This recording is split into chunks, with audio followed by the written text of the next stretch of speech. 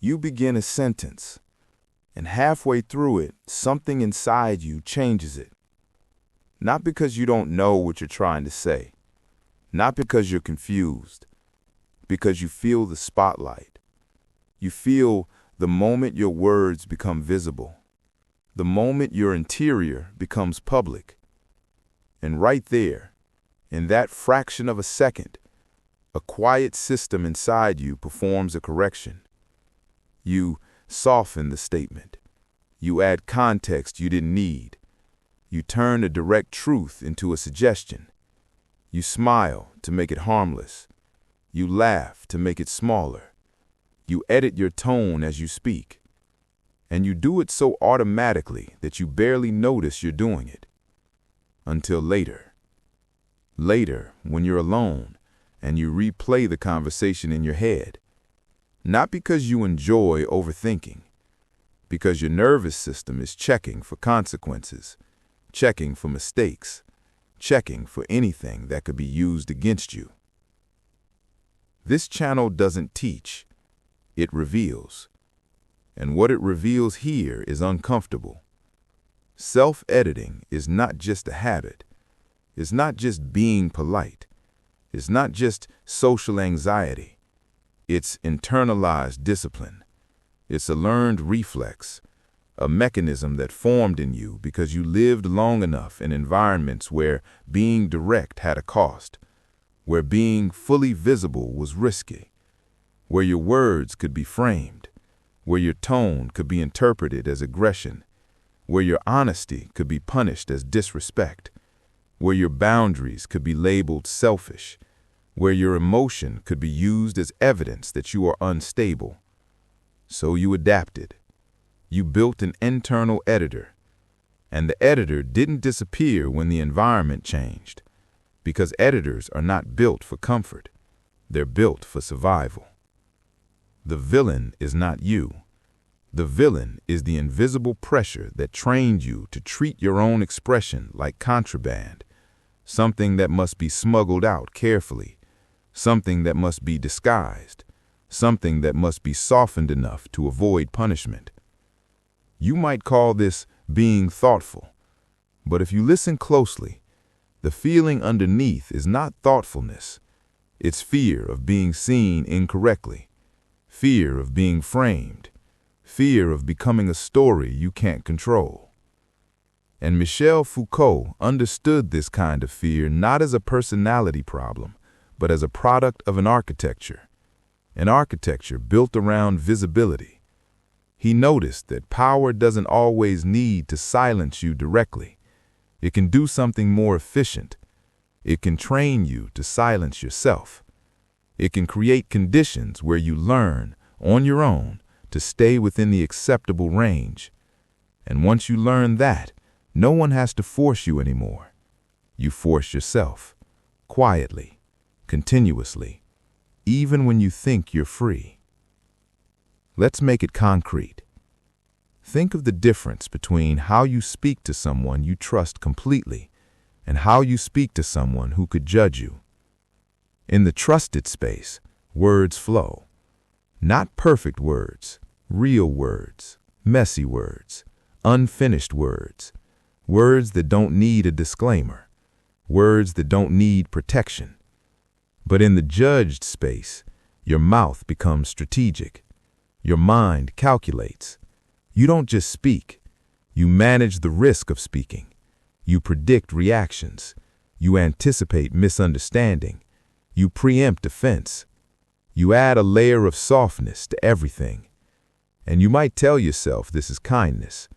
But if it were kindness, it would not require constant tension in the jaw, constant monitoring of your own tone, constant interruption of your own thoughts. That interruption is the signature, because interruption means you are not fully allowed to complete your sentence. You are not fully allowed to land where you wanted to. Something pulls you back. Something edits you in real time. And that something is not random. It has a pattern. When you want to say no, when you want to disagree, when you want to express anger, when you want to ask for more, when you want to state your needs, when you want to be honest about what hurt you.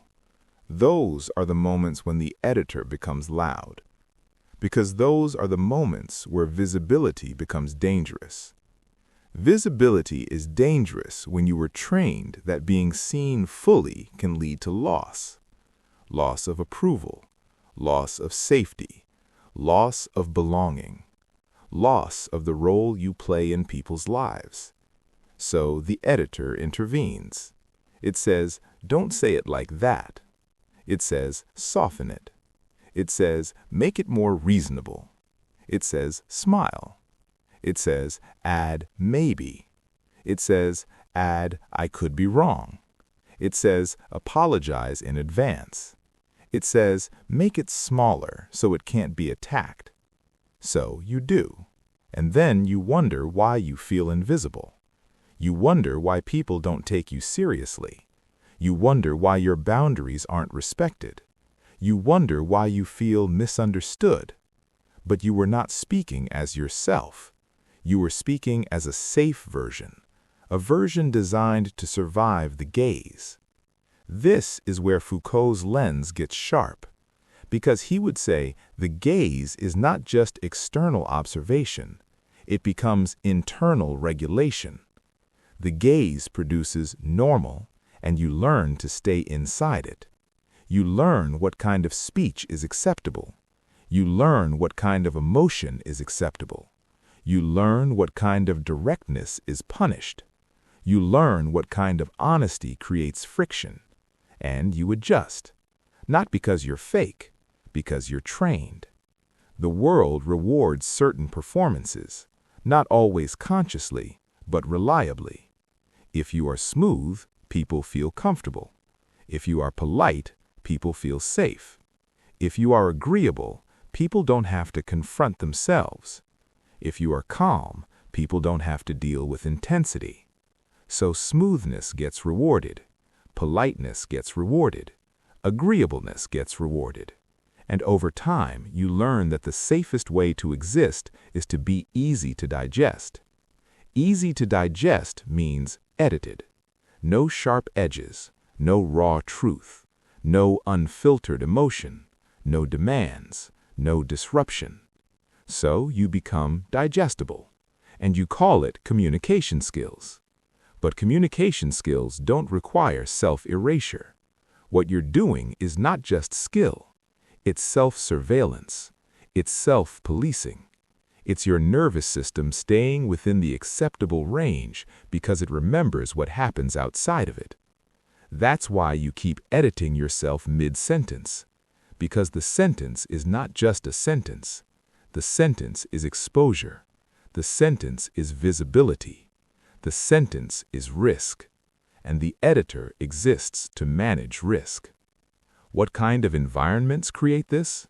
Usually not one dramatic event. More often, a climate where your words were used against you, where your tone was criticized, where your intentions were doubted, where you had to prove you weren't trying to hurt anyone, where you had to explain yourself to be treated fairly, where you learned that being misunderstood could become punishment.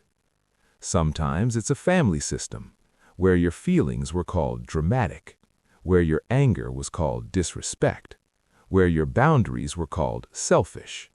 Sometimes it's a relationship, where any directness was reframed as aggression, where any complaint was reframed as you being difficult, where your truth was always turned into your flaw. Sometimes it's a workplace, where being confident is called arrogance, where being emotional is called unprofessional, where being human is treated like a liability. Sometimes it's the culture, a culture that punishes intensity through labeling, a culture that calls honesty toxicity, a culture that turns everything into optics, where the primary concern is not truth, but how things look. And that's key, optics, because optics is the language of the gaze. So you start living in optics. You start speaking in optics. You start feeling in optics. You stop asking, "What do I mean?" You start asking, "How will this look?" And the editor's job is to keep your optics clean, to keep you uncriticizable, to keep you safe. But safety through optics has a cost. It costs you your voice. Not in the sense that you can't speak, in the sense that you can't land, you can't finish, you can't state, you can't be. Because the moment you are, you become visible, and visibility triggers the internal alarm. So you retreat into softness. You say, "I feel like maybe." You say, "It's probably just me." You say, "I don't know, but." You say, "Sorry, but." You say, "I could be wrong, but." You dilute your truth before it even reaches the other person. And then you live with the quiet frustration of never being fully heard, because you were never fully speaking. You were leaking your truth in safe doses, safe enough not to provoke judgment, safe enough not to trigger conflict, safe enough not to risk abandonment. And then you call yourself anxious, because your body is anxious. Your body stays tense while you speak. Your body monitors your own mouth. Your body anticipates reaction. Your body prepares for punishment, even if punishment never comes. Because the anticipation itself is the training. Foucault would say power works best when it becomes anticipatory. When you don't wait to be punished, you behave as if punishment could happen. So you correct yourself in advance. You censor yourself in advance. You manage perception in advance. That's why the editor doesn't wait. It cuts you mid-sentence, because waiting would be risky. The editor is not there to help you express yourself. It's there to prevent consequences. So it interrupts. And this is why so many people feel exhausted after social interaction. Not because interacting is inherently tiring, because they are running a constant monitoring system. They are scanning themselves while scanning the other person. They are managing optics while managing content. They are performing safety while trying to communicate. That's double labor, and the body pays.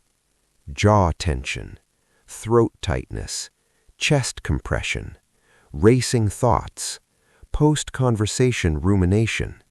All of it is the cost of self-surveillance. And then there's the more silent cost. You stop trusting your own raw signal because you never let it finish. You never let yourself speak to completion. So you start doubting your own clarity. You start feeling confused. You start feeling like you don't know what you want. But you do know. You just keep interrupting it. You keep trimming it into acceptability. So the signal gets weaker, not because the desire disappears, because you keep cutting the wire. And over time, you might notice a strange thing. When you're alone, you have thoughts that feel strong. But when you're with people, you become vague. You become diplomatic. You become abstract. You become careful. And afterward, you feel regret. You think, why didn't I say it? Not because you wanted to start a fight, because you wanted to exist. Because being direct is not violence. Being direct is presence. But presence is risky under the gaze. Because presence cannot be easily managed. Presence cannot be easily categorized. Presence cannot be easily controlled. So the system prefers you edited. And the system inside you prefers you edited, because it believes that's the price of safety. And that belief isn't random.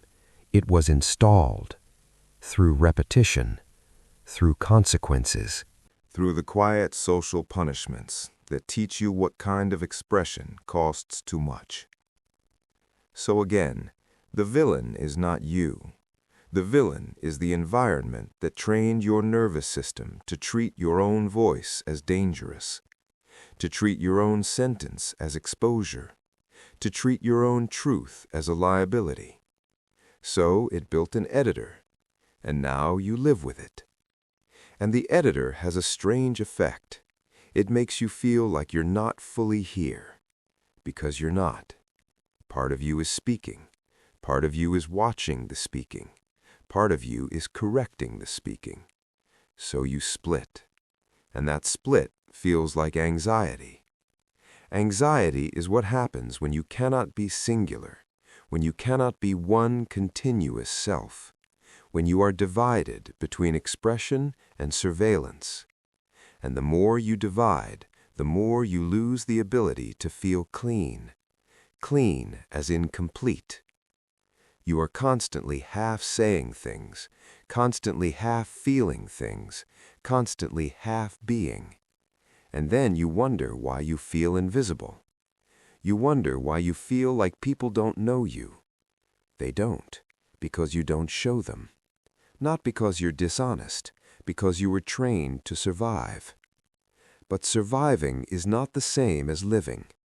And the system inside you will resist that realization, because if you stop editing yourself, you risk becoming too much. You risk being judged. You risk being framed. You risk losing approval. So the internal editor will claim it is protecting you. It will claim it is virtue. It will claim it is maturity. It will say, don't be harsh. Don't be selfish. Don't be rude. But notice how often rude just means direct. How often selfish just means having a boundary. How often harsh just means telling the truth without packaging it. The editor moralizes your expression so that you keep censoring, because moralization is a strong leash. It makes you feel bad for wanting to exist fully. And that's the deepest cost. Not that you don't speak, that you feel guilty for speaking, guilty for landing, guilty for being clear, guilty for being direct, guilty for not deluding yourself. That guilt is not your nature. It is a control mechanism. And Foucault would say, once the mechanism is inside you, it will try to be called you. So you will say, that's just me, I'm careful. But carefulness that costs you your voice is not carefulness, it's compliance. Compliance with a gaze you internalized. Compliance with a norm that punishes intensity. So here's the ending question. Not advice, not steps, just the question that stays. When you edit yourself mid-sentence, who are you protecting yourself from? And what did your nervous system learn would happen if you finished the thought exactly the way it began? If this felt uncomfortable, you're not the only one. Stay with the channel.